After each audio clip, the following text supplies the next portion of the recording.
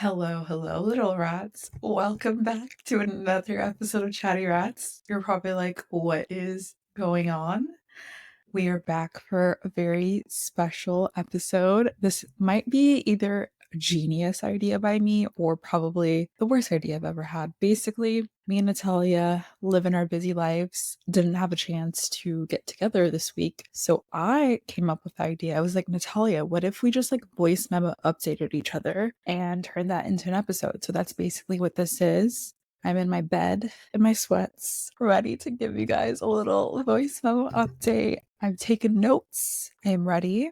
So, what is on my mind this week is Coachella because that is all I was seeing all weekend as I was doom scrolling on my phone. And I don't know why I was in a little, I mean, we'll get into why I was in a doom scrolling spiral. So, I've been reflecting a lot about Coachella, and it made me realize it is the one single event that's had the most impact on my life. And let's unpack that. But basically, without this festival, three really important character building people in my life probably wouldn't be in my life in the way they are. Not as in that I met them there, but that this festival cemented them into my life, which is like so interesting to think about. One is like the story time I told on the episode. I think it was the Valentine's Day episode, that guy. But also the best friend in that episode, we became best friends through going to Coachella. And then I was also thinking about my last relationship that was my little toxica relationship that was built off of a Coachella weekend. And I was just thinking, I was like, Coachella is like a honeymoon for couples, but also it really shows you like the true character of someone because you're put through like stressful, really euphoric, just like all types of situations. So I was just thinking about it and I was like, dude, I wonder if me and that guy, like the one that I was in a 3 year relationship with, my ex, if we hadn't gone to Coachella, like would we have dated? I don't think we would have. Like, I think the reason we were catapulted into this relationship was because we had this like euphoric honeymoony experience that made us feel so close to one another. Because after you spend like a Coachella weekend with someone, I feel like you are just either bonded for life or you just go your separate ways. Because I've had that where it's like I've gone years with friends that I don't really vibe with that well. And I was like, I don't really like this experience. But yeah, ultimately, my point is festivals are just something else and they can make or break relationships, people. They can. And I got Coachella to blame for such character building, like people in my life. Shout out to Iman, who's my best friend. And I would say, honestly, Coachella brought us together. We were friends, but we were best friends after that weekend. So I think that's such a, I don't know. I was just thinking about that and I didn't go this year, obviously. So this is why I was doom scrolling. I was in a little puddle of self-rumination. What I tell you guys not to do, I was doing. I can't help it. I feel like God was like, I see you happy. Let's give you some contrast.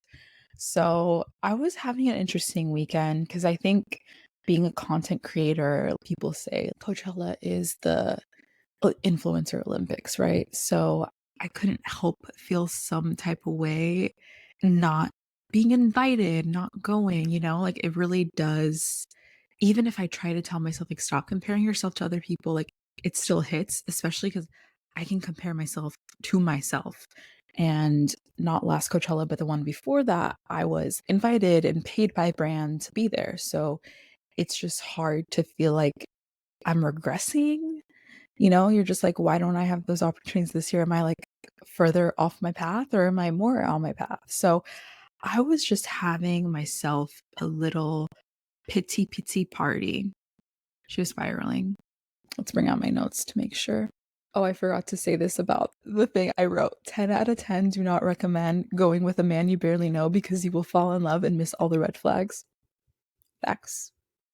But I do recommend going with friends you want to be best friends with. I think that's a good one where it's like you've seen good qualities about them and then you're just like, oh, I think if we have this like one bonding experience, we'll be besties. Okay, sorry, back to my pity party. So I had quite the pity party this weekend. Also, one other thing that led me into my pity party. Your girls have been in the trenches, not literally in the trenches, but we just know that dating isn't hitting the way it used to. Hinge isn't hitting the way it used to. It just seems like I'm spiraling into a scarcity mindset where it's like, where do even good men exist that are my type? But what do you know? The Hinge gods send a man 6'2". Seems like he has a good job. He's Persian, super attractive. Everything I want. Like, what is going on? And he's actually starting a conversation. We're talking back and forth, small talk. I'm like, okay, maybe this is the man for me. I'm just kidding. This is what my mind does. Like, he says hi, and I'm like, so our wedding colors. But anyway, small talk is going well. And he messages, and I was like, I opened it and I hadn't responded, and then I was going to respond, and I realized, oh, he had sent another message a couple hours later being like, by the way, like, if it's easier, just text me. So I'm like, okay, like, he even went back to like give me his number, like he was thinking about me. So it's like, this is all a good sign. Like, seems like he's kind of into it because he's being very like persistent, engaging and stuff. So I text him, and then we're like talking back and forth. It's the weekend, Coachella weekend as well. And, he texts like around 9 p.m. And I was like, you know what? Like, I feel like I'm just going to read tonight and then respond in the morning. Before I go to bed, I go and check my Hinge as one does. And you know how like the message thing has a certain number? I realize it's one number less. So I go there and I realize, huh, he's unmatched me or he's gone. What's happened? I was like, okay, Sheen, like, do not jump to conclusions. We don't know what happened with this guy. Maybe he just decided to delete the app. Like, you don't know what it is. Or maybe he just likes to unmatch people. Like, once he gives his number, who knows what his system is. Like, let's not just jump to conclusions in the worst case possible. So I was like, all right, that we'll just sleep. And then we're going to do what my plan was to respond in the morning. So I respond in the morning and I follow up with I had questions as well. Like, your girl keeps it engaging, she keeps it engaging. So I had some questions. So I was like, he's gonna answer, right? And 1 p.m. comes by. It's like, okay, maybe it could be busy. 5 p.m. comes by. Could be busy. And then eventually it hits 10 p.m. And I was like, all right, so something definitely happened. And I think my first natural instinct was to be like, oh my God, he like went on my social media and saw my social media and then thought I was cringe or thought I was shallow, or I don't know, like my mind just like went to the worst things, or like didn't think I was attractive enough or something. So I feel like it's so interesting how our mind does that. Like the minute we're rejected, we go to like the worst possible case scenario. And then eventually, like, I let myself sulk for a day. And I was like kind of sad. It wasn't sad over him necessarily, but it's like a dehumanizing feeling to be like cut off like that, where it's like, oh, you literally want to have nothing to do with me. So it just feels like someone was so icked out and grossed by you that they like unmatched you and stopped talking to you or whatever it might be. But I think that's just like our kind of like half empty glass way of looking at things, because at the end of the day, when it comes to like rejection or anything like that, we literally do not know why we were rejected, like in this situation, like what I was telling myself after letting myself sulk was like, okay, you don't know if it actually is you because you want to think it's you, and then sulk in the fact that you think you're not good enough and that's why you were rejected. But we literally don't know if this man's ex like made a return, if he was already talking to someone and they decided to take the next step. So he's like, I'm going to cut off everyone else. Like, we literally don't know what happened behind the scenes. So why are we trying to fill in the narrative and create like a conclusion and wrap up this narrative, but in the most negative light, and then sulk in that? So that was like a good lesson for me. And I think this whole weekend with me just being in like a very self-rumination negative loophole, like a couple things I did that kind of helped is sometimes when I don't feel like journaling, I'll do like a video diary. And I have like a very sad video diary, guys, of me just like crying on the camera after like everything was going on. And I think the cool thing about doing a video diary is that maybe years later or months later, you get to look at it and be like, whoa, that's where I was going through, So I like I can show you guys on the Spotify or YouTube. Literally, I don't know if you can see, I created like a little folder that says video diary. And I have 2 videos in there. So like anytime I'm feeling some type of way where I don't want to journal, I just like pull up my phone and talk to my phone sometimes in the car or like at home. So I think it's a fun little practice to do.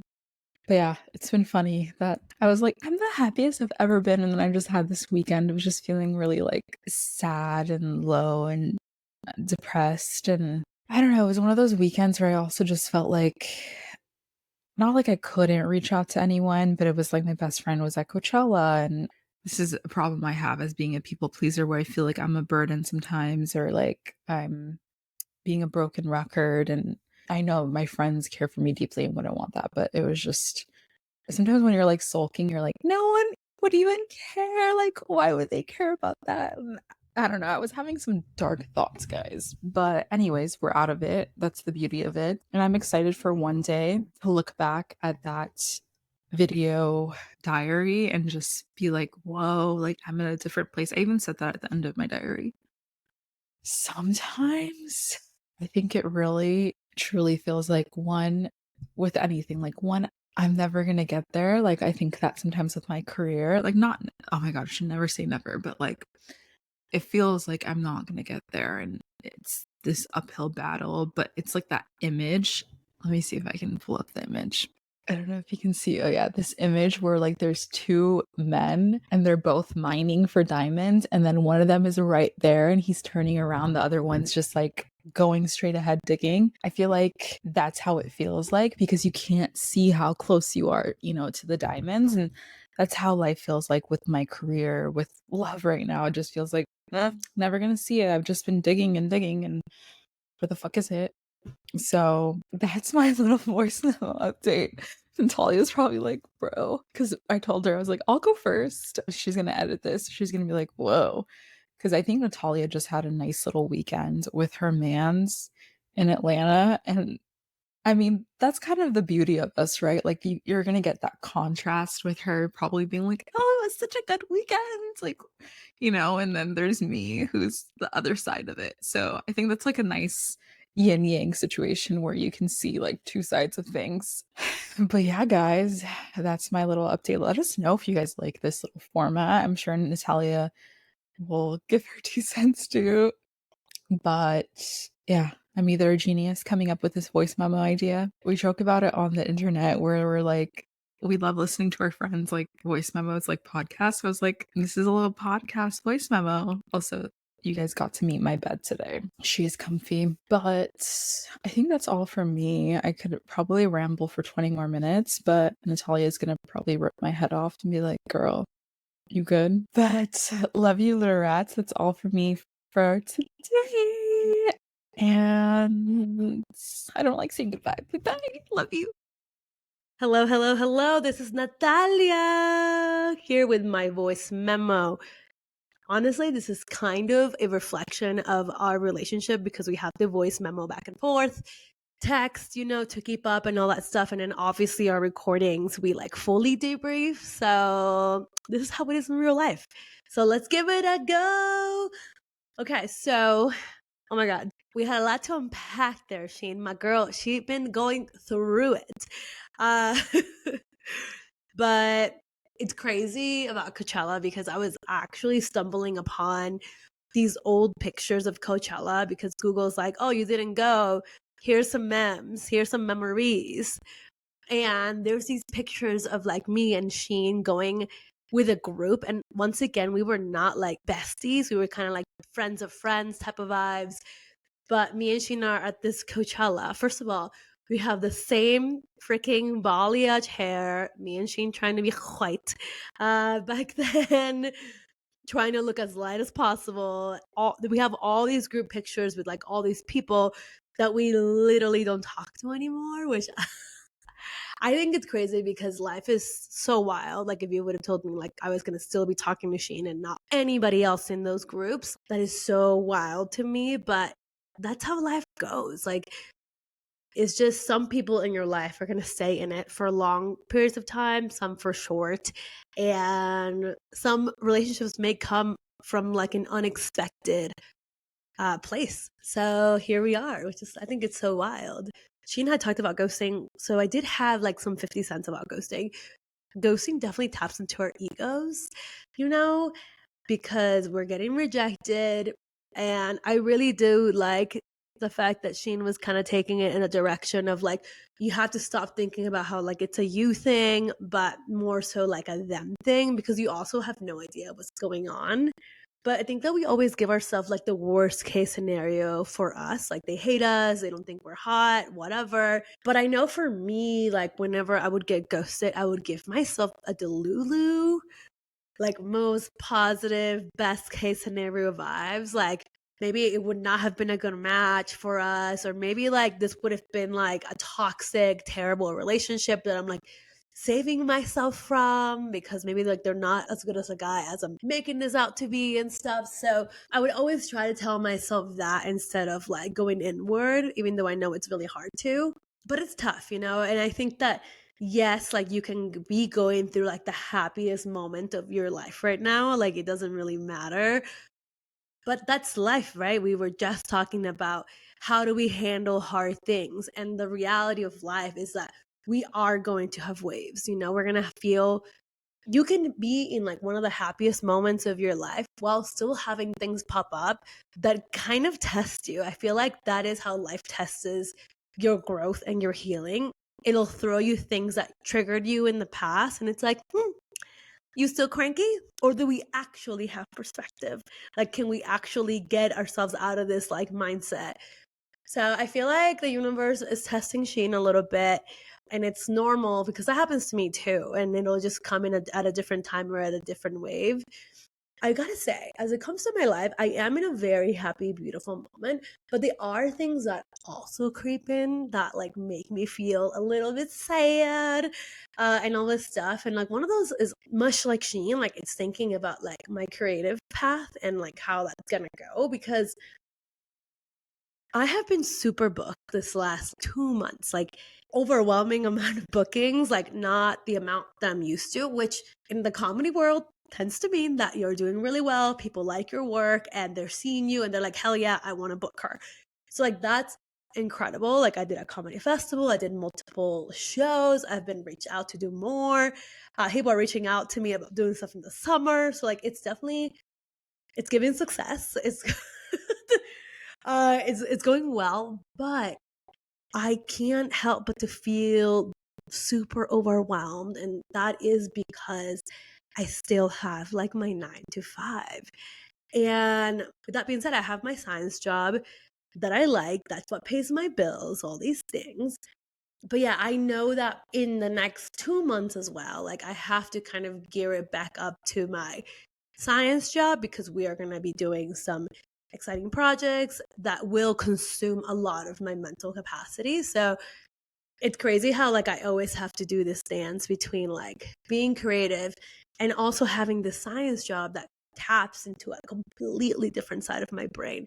And they both take up a lot of emotional capacity. So when one gears up too much, one has to tone down. So now I'm kind of at a point where it's gonna have to switch a little bit. And that's I think where the overwhelming feeling comes is that like, oh, like I have to say goodbye, baby. Like I have to go do this thing. So it's crazy. But you know, to that coin, I think that the overwhelming feeling comes from the thought that like I'm doing all these things, like I put in so much effort in my day job as much as I do at my comedy. It's crazy because I've obviously been getting booked and it's been going well. Like I do have signs that like I'm doing the right things, but it's not like I'm there, right? Where like I've gone viral, like I can make so much money for my comedy career that, you know, I can pick. Like, it's just, I'm not there yet. So sometimes I feel like when we get overwhelmed, we have all these projects, you can kind of feel like, damn, like where is the big reward? And yes, of course, I love doing it and I love the process. But that's how our society, how it is, right? Like we are always told the next goal is the next thing. So I have to remind myself of that too, that like I have to enjoy the journey and kind of like Sheen's metaphor of like searching for diamonds. It's like maybe I'm really, really close and I just don't know it yet. And even though like I'm tired and like there are times where I just want to turn around, I gotta keep going because at the end of the day, this is what makes me happy. I mean, I don't know if I'll have the opportunity to ever choose between both, but interestingly enough, I do have the opportunity to mix both really soon. We have like a kid, like bring your kid to work day, and we're gonna have different people, scientists basically, do science experiments for kids. So I'm gonna take it as a chance to do like a little comedy for kids to teach them science. So I'm actually excited to like blend the two. So I feel like there's also life's way of being like, hey, you can kind of do both. Here's an opportunity to try it. So yeah, I feel like with art and everything that you're doing when you love it, it's good to play and try different things. And I think that's also where this overwhelming feeling comes from. In comedy, I've been trying a lot of different styles and different things lately, different styles of shows. And now that I've been exposed to, maybe what I have to do is like narrow down like what I actually love doing and start saying no to things that are like not necessarily like fully my vibe or something like that. But yeah, that is, I think, just the nature of doing creative things and while still having a job. That's just how it is, but it is, at the end of the day, I have to tell myself that it is worth it and it's amazing, that I get to do both and that I have a really good career that supports me as well. So yeah, I have to remind myself of that, which is just crazy. But it is hard when the thoughts creep in, and you're like, oh, is it worth it? But moments like, for example, I'm doing my first ever fully Spanish show tomorrow. That's such a beautiful opportunity because I've been so connected to my culture the last like couple of years, that to do something in Spanish like makes me want to cry. I'm very pumped for that tomorrow, because to be able to have a Latino audience that speaks Spanish, like, it's just, one, can open up a lot of doors for me, but two, I'm Peruvian, I speak Spanish, and that's really like who I am at my core. So it would be beautiful to be able to do that in like the language that honestly means the most to me. But yeah, kind of transitioning into more like happy topics. Happy. Uh I just came back from Atlanta and I went to go see my boyfriend's family, which is crazy to have a trip in between all of the bookings and all the things. But I said this in the previous episode. When you get into a relationship, it is important that you nurture your relationship a lot, but also continue to do the things that you like. So even though you might be like super booked and busy, and then you also have to do things like trips with the family and things like that, like, it is so important that you do it even if you're a little tired, because it's always worth it, because you still have to feel everything that makes you you. And anyways, we went on this trip to see my boyfriend's brother, his wife, and my boyfriend's goddaughter. And oh my God, I had the best time ever. First of all, let's talk about Atlanta. I had never been. The only time I had been to Atlanta was when I was in high school. I think that we had some sort of like Jimmy Carter Foundation. Why? I don't know. I literally don't know why Jimmy Carter Foundation, or was it the Rosalind Foundation? I don't even know. It's like funding part of my school. Whatever. And we did like a production of Singing in the Rain. Yes, I was a theater kid. I was ensemble because I could not sing very well. So I was like tap dancing in the back. And they took us to Plains, Georgia, which is super random. It's like the smallest little town. And I had the time of my life, but literally there's nothing to do except, I think, like, go out to eat in like the couple of restaurants they have. And they had like peanut butter ice cream or something, like a peanut butter ice cream shop. Really freaking random. So I've only been to Atlanta on a layover on my way to Plains, Georgia, which is such a random moment in time. But anyways, I loved Atlanta. Like, it was so diverse. Let's talk about the food for a moment. They have food of every ethnicity from all over the world, everywhere. And they have like so many of them. Like, the food is so delicious. Like, from night one, we had tacos, which I was like, good tacos, finally. To like Asian food or just regular Italian. Like it's just obsessed, super obsessed. So I love that. The city's very alive. People seem like they're like living life. We went to the Belt Line, which is like I guess this like kind of like a bike lane that you walk through, and it's like bars, restaurants, and it was beautiful to see like all the people like biking, skating, going to the bars, stumbling out of bars, whatever. So I love a city that's just so alive and full of people that are just like excited to be there. So that made me very happy. But really, like what made me love Atlanta more was like the family aspect of it. Like we got there and we spent a lot of quality time, right? We got there on Saturday. We played with his goddaughter. She's like the cutest little baby angel. Like, obviously, she's obsessed with my boyfriend, but she remembers me too. And she like shows me love, and it melts me. And we did cute little things like play pretend. We went to the aquarium, like things like that were just like so cute. And I really feel blessed. Obviously, like I love my relationship so much, and like I love my boyfriend with all my heart. And he has made a big impact in my life. His family is also just so wonderful. There's something like very familiar about them that I absolutely adore. Like a happy memory that I have is all of us just like napping on the couch, which it seems like a very stupid little thing, but that lets you know there's like a level of comfort because they're such welcoming people. And listen, I didn't have a boyfriend, any relationship all of my 20s. Like I was a single Pringle, just like woo. So to go from that to finally being able to find a partner, but not just like a partner that I love and like adores me and I adore him, like a very sweet love. But on top of that, to have found like, that his family is also so incredible. So it just adds to it. It's amazing. I feel truly blessed. So I went through the trenches, y'all, to find love. Like I definitely did. I think a lot of people feel that way.